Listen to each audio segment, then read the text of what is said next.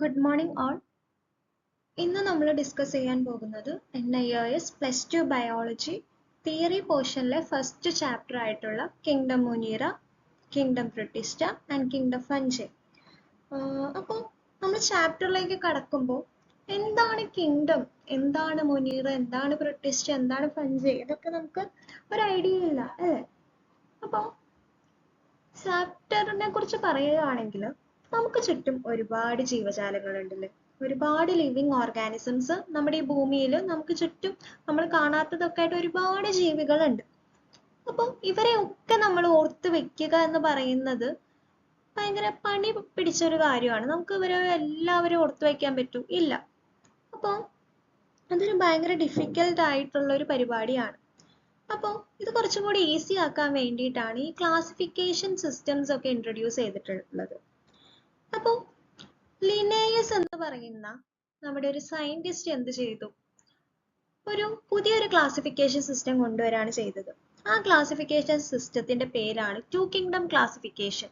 അദ്ദേഹം എന്ത് ചെയ്തു, ടു കിങ്ഡംസ് ആയിട്ട് ഈ ലോകത്തുള്ള എല്ലാ ഓർഗാനിസത്തിനെയും ആ ടു കിങ്ഡത്തിന് കീഴിൽ കൊണ്ട് പ്ലേസ് ചെയ്തു.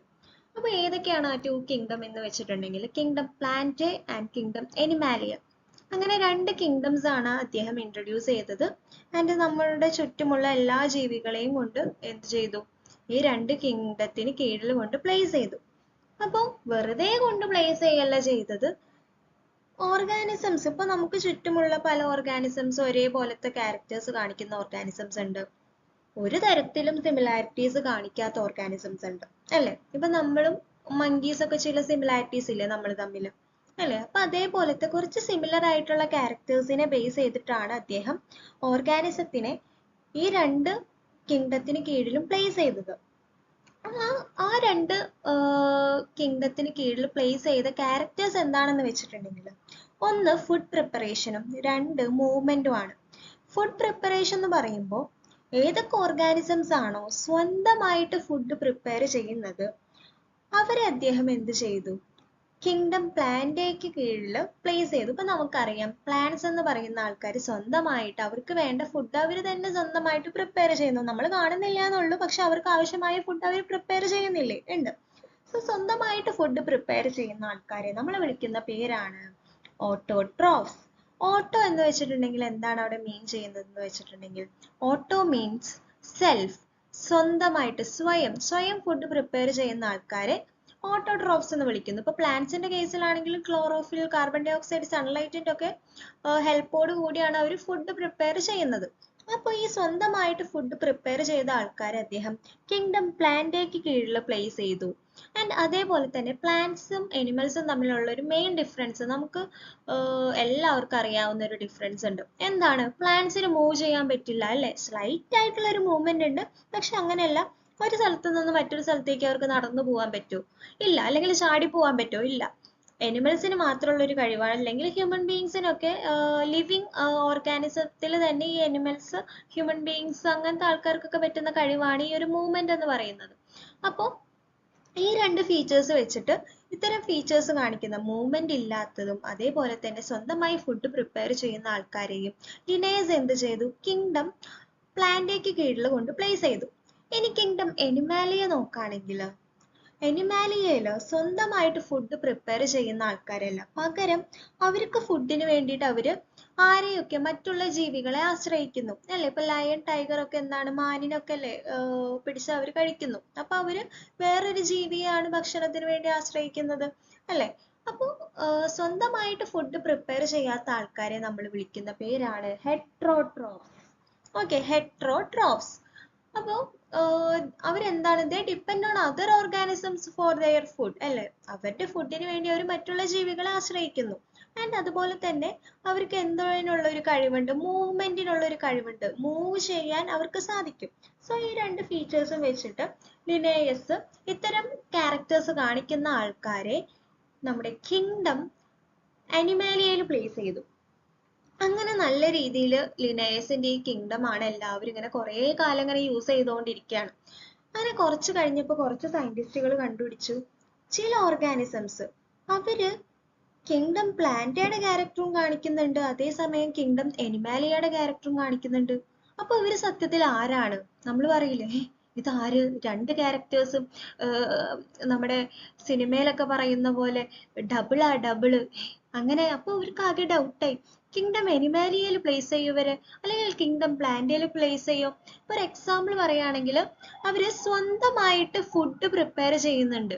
ഇപ്പൊ പ്ലാന്റ്സിന്റെ ഒക്കെ കേസിലെ പോലെ സ്വന്തമായിട്ട് ഫുഡ് പ്രിപ്പയർ ചെയ്യുന്നുണ്ട്. പക്ഷെ അവർക്ക് മൂവ് ചെയ്യാനും അനിമൽസിലെ പോലെ മൂവ് ചെയ്യാനുള്ള കഴിവുണ്ട്. മൂവ് ചെയ്യാനുള്ള കഴിവെന്ന് പറയുമ്പോൾ ഫ്ലെജല്ല എന്ന് പറഞ്ഞിട്ടുള്ള സ്ട്രക്ചർ ഒക്കെ, ഈ ഫ്ലെജല്ല എന്ന് പറയുന്നത് ചെറിയ ചെറിയ ബാക്ടീരിയ അത്തരം ഓർഗാനിസത്തിലൊക്കെ മൂവ്മെന്റിന് സഹായിക്കുന്ന ഒരു സ്ട്രക്ചർ ആണ്. സോ അനിമൽസിന്റെ ക്യാരക്ടറും കാണിക്കുന്നുണ്ട്, പ്ലാന്റ്സിന്റെ ക്യാരക്ടറും കാണിക്കുന്നുണ്ട്. അപ്പൊ ഇവരെ എവിടെ കൊണ്ട് പ്ലേസ് ചെയ്യും? ഇത്തരം ഓർഗാനിസംസും നമ്മുടെ ഭൂമിയിൽ ഉണ്ടെന്ന് ആർക്ക് മനസ്സിലായി? സയന്റിസ്റ്റുകൾക്ക് മനസ്സിലായി.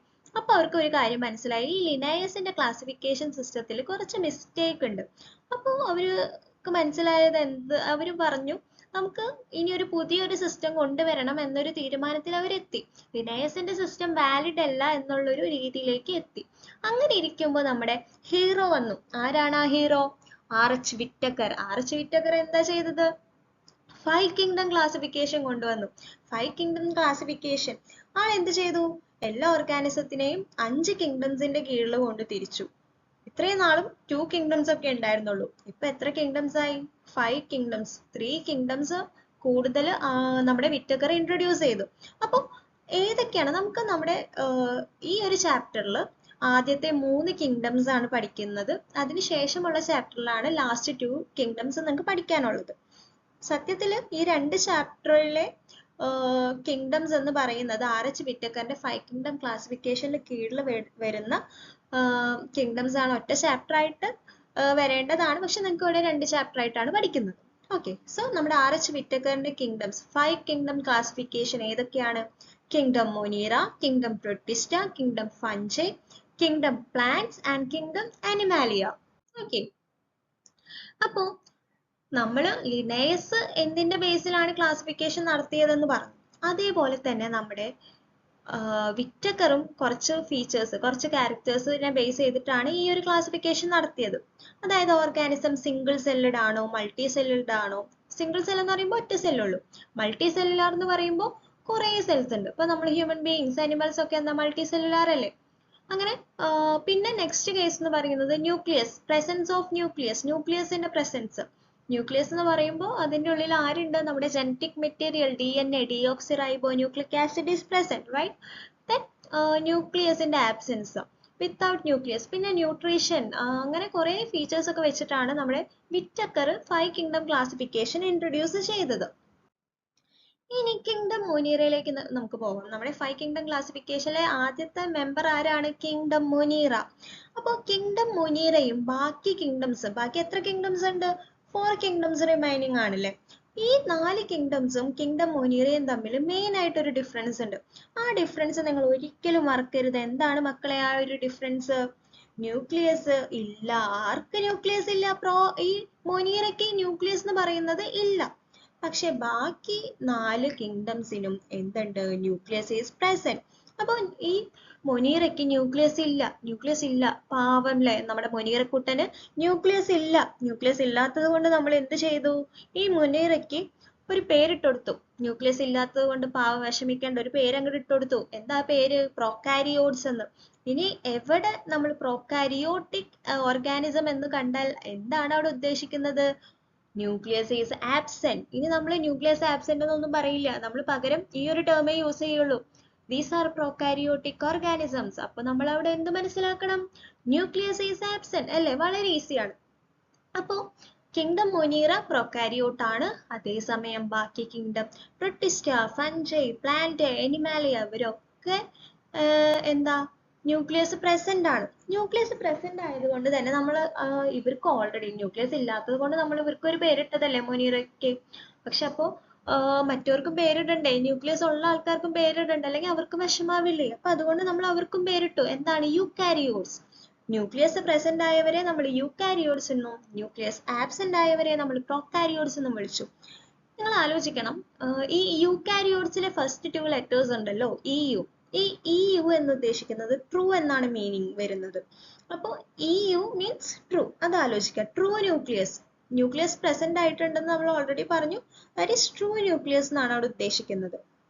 ഓക്കെ, ഇനി മൊനീറയിൽ രണ്ട് ഗ്രൂപ്പ് ഓഫ് ആൾക്കാർ വരുന്നുണ്ട്. One is eubacteria, second one is ആർക്കി bacteria.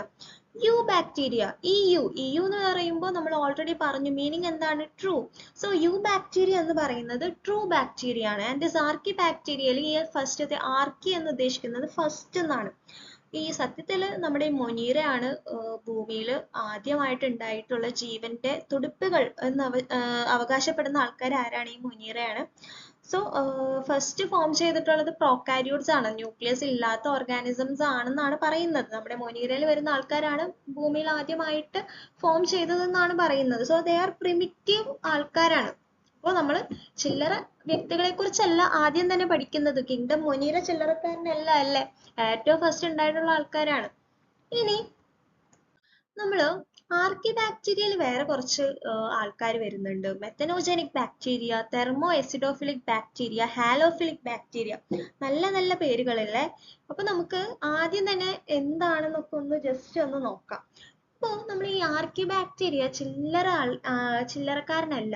കാരണം ഈ ആർക്കി ബാക്ടീരിയക്ക് ഏതൊരു ഹാർഷ് ക്ലൈമറ്റിലും ഹാർഷ് കണ്ടീഷനിലും സർവൈവ് ചെയ്യാൻ പറ്റും.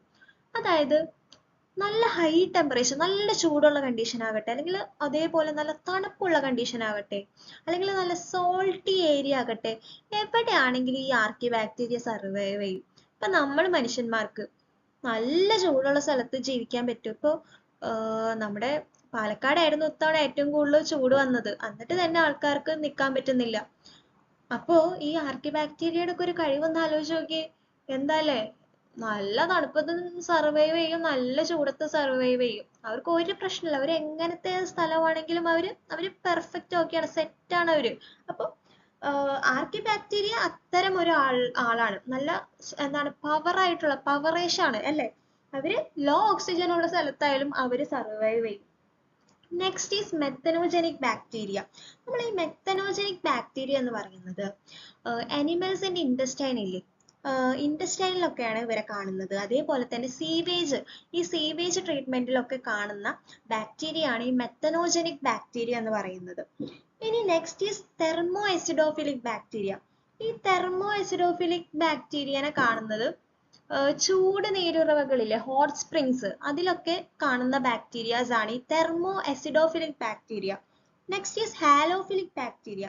ഹാലോഫിലിക് എന്ന് പറയുമ്പോൾ സോൾട്ടൈ കണ്ടീഷൻസ് ഉണ്ടല്ലോ, ഉപ്പൊക്കെ കൂടുതലുള്ള സ്ഥലങ്ങളിലൊക്കെയാണ് ഹാലോഫിലിക് ബാക്ടീരിയനെ കാണുന്നത്. ഇനി നമുക്ക് ഈ ഹാലോഫിലിക് ബാക്ടീരിയയുടെ ഒരു കേസ് പറയുകയാണെങ്കിൽ ഇവരിൽ RNA എന്ന് പറയുന്ന DNA ആണ് കാണുന്നത്. പിന്നെ നമ്മൾ ആർക്കി ബാക്ടീരിയനെ കുറിച്ച് പറഞ്ഞിട്ടുള്ളൂ. പക്ഷെ നമ്മുടെ വേറൊരാളുണ്ട്, ആരായിരുന്നു നമ്മൾ വിട്ടുപോയത്? യു ബാക്ടീരിയ, ട്രൂ ബാക്ടീരിയനെ കുറിച്ച് നമ്മൾ പറഞ്ഞില്ല. യു ബാക്ടീരിയനെ കുറിച്ച് പറയുകയാണെങ്കിൽ അവർക്ക് ന്യൂക്ലിയസ് ഇല്ല. ന്യൂക്ലിയസ് ഇല്ലെങ്കിൽ നമ്മൾ എന്ത് പേരാ മക്കളെ വിളിക്കുക? എന്തായിരുന്നു? പ്രോകാരിയോട്ടിക്, അല്ലേ? അപ്പോൾ ന്യൂക്ലിയസ് ഇല്ലാത്ത ആൾക്കാരെ നമ്മൾ പ്രോകാരിയോട്സ് എന്നാണ് പറയാ. യു ബാക്ടീരിയ പ്രോകാരിയോട്സ് ആണ്. ഇനി ന്യൂക്ലിയസ് ഇല്ല. നമ്മുടെ ന്യൂക്ലിയസിന്റെ ഉള്ളിൽ ആര് പ്രസന്റ് ആയിരുന്നു? എന്തായിരുന്നു പ്രസന്റ് എന്ന് ഞാൻ പറഞ്ഞത്? മിസ് എന്താ പറഞ്ഞത്? DNA പ്രസന്റ് ആണെന്ന് പറഞ്ഞിരുന്നു, അല്ലേ? നമ്മുടെ ജനറ്റിക് മെറ്റീരിയൽ ന്യൂക്ലിയസിന്റെ ഉള്ളിൽ ഭദ്രമായിട്ട് ഇരിപ്പുണ്ട്. ഇപ്പൊ നമ്മുടെ യു ബാക്ടീരിയയിൽ ആര് ആബ്സെന്റ് ആണ്? ന്യൂക്ലിയസ് ആബ്സെന്റ് ആണ്. പക്ഷെ അവർക്ക് ജനറ്റിക് മെറ്റീരിയൽ വേണ്ടേ? അപ്പൊ ഈ ജനറ്റിക് മെറ്റീരിയൽ എവിടെയായിരിക്കും പ്രസന്റ് ആയിട്ടുണ്ടാകുക എന്ന് ആലോചിച്ച് നോക്കിയേ. അപ്പോ നമ്മുടെ യു ബാക്ടീരിയയിലെ സൈറ്റോപ്ലാസം എന്ന് പറയുന്ന ഏരിയയിൽ DNA പ്രസന്റ് ആണ്. DNA ഉണ്ട്, DNA ഇല്ലാതെ ഒരു കളിയില്ല. അപ്പൊ നമ്മുടെ യു ബാക്ടീരിയയിൽ DNA ഉണ്ട്, പക്ഷെ അത് സൈറ്റോപ്ലാസം റീജിയനിലാണ്, പക്ഷെ ന്യൂക്ലിയസ് ഇല്ല. ഓക്കെ, അപ്പോ ഈ DNA നമ്മുടെ യു ബാക്ടീരിയയില് സൈറ്റോപ്ലാസത്തിൽ DNA എവിടെയാണോ കാണുന്നത് ആ ഒരു ഏരിയനെ പറയുന്ന പേരാണ് ന്യൂക്ലിയോയിഡ്. എന്താണ്? ന്യൂക്ലിയോയിഡ്. ന്യൂക്ലിയസേ ഇല്ലാഞ്ഞിട്ടുള്ളൂ, ഞങ്ങൾക്ക് ന്യൂക്ലിയോയിഡ് ഉണ്ടെന്നൊക്കെ പറഞ്ഞിട്ട് എന്താണ് ഡയലോഗ് അടിച്ച് ആര് വന്നു? യു ബാക്ടീരിയ വന്നു. ഞങ്ങൾക്ക് ന്യൂക്ലിയസ് ഇല്ലെങ്കിൽ ഞങ്ങൾക്ക് എന്താണ്, അതൊന്നും ഒരു സീനേ അല്ല, ഞങ്ങൾക്ക് പകരം ന്യൂക്ലിയോയിഡ് ഉണ്ട്. ന്യൂക്ലിയോയിഡ് എന്ന് പറയുന്ന റീജിയനിൽ ആരെ കാണുന്നു? ഈ യു ബാക്ടീരിയയുടെ DNA കാണുന്നു, അല്ലേ? അപ്പൊ ന്യൂക്ലിയസ് ഇല്ലെങ്കിലും ഞങ്ങൾക്ക് കുഴപ്പമൊന്നുമില്ല ആശാനെ എന്നും പറഞ്ഞിട്ട് നമ്മുടെ യു ബാക്ടീരിയക്ക് ന്യൂക്ലിയോയിഡ് ഉണ്ട്. ഇനി ഈ യു ബാക്ടീരിയയുടെ കേസ് പറയുകയാണെങ്കിൽ ഇവർക്ക് പ്ലാസ്മിഡ് എന്ന് പറയുന്ന ഒരു സ്ട്രക്ചർ ഉണ്ട്. സോ നമുക്ക്